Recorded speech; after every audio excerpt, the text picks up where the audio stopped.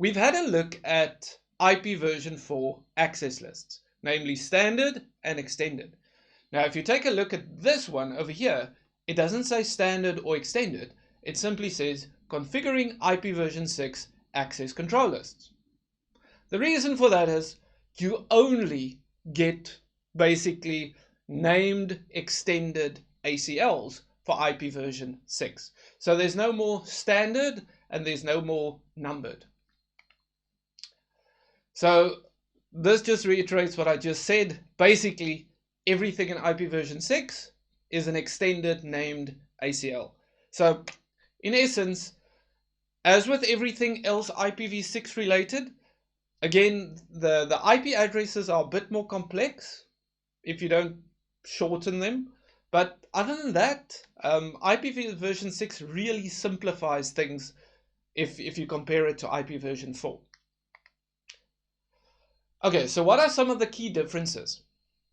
So when applying an IPv6 ACL, so if we apply it to an interface, we don't use access group, we use IPv6 traffic filter. Okay, so not IP access group such as with IPv4, but IPv6 traffic filter. But does the exact same thing. The command just looks slightly different. Secondly, IPv4, we use wildcard masks. IPv6 doesn't support wildcard masks, so there's no wildcard masks. It's simply a prefix length, so easy peasy. One thing that is slightly different, IPv4 has implicit default statements at the end, basically deny everything.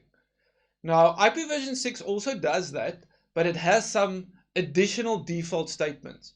So basically, it says at the end, it adds permit ICMP any to any, and then the neighbor advertisement statement messages, and then the neighbor solicitation messages. So this is just basically part of the neighbor discovery and contact process with regards to our routers. So be very careful if you deny these things, because you might inadvertently make it that your devices can't properly communicate with one another. So these statements are added, again, implicitly to the end of your IPv6 access list, along with the deny everything right at the end. So in this case, you'll see the topology is very similar to what we've seen for IPv4. Only differences in this case, we have some IPv6 addresses in there.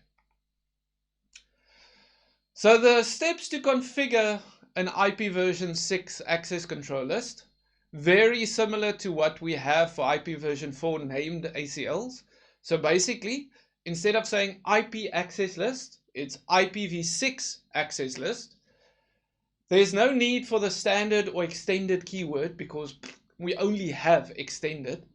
So we simply say IPv6 access list and then the name. And then the rest is basically, it works the same as the IPv4 ones. So deny or permit, or then after that we say the protocol, and then we give the source and the destination, etc. Same thing as you do for IPv4. So if we want to apply it, we go into an interface, but instead of saying IP access group, we say IPv6 traffic filter, and then the name of the ACL, and still inbound or outbound. So here are two examples, one brief one and then one that is quite a bit more extended. So the first one says IPv6 access list, we give it a name, and then we deny TCP from anyone going to that specific network.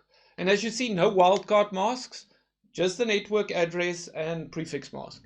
And then the rest looks the same. It says equals and then FTP, or you could have used the port numbers.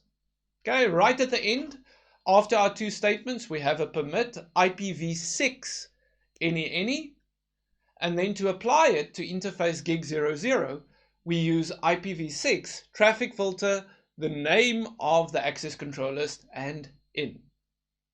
Okay.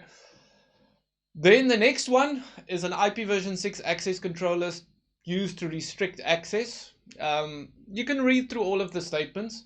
All I really want you to take away from this thing is that you can also do remarks. So the same kinds of remarks that you can do for IPv4, extended ACLs, extended named ACLs, standard named ACLs, you can still do remarks over here. And remember to make use of your line numbers. If we want to verify our IPv6 ACLs, we can do a show IP interface, or show IPv6 interface in this case. We can do show access lists, which will show us also how many matches there were. And then you can do a show running config.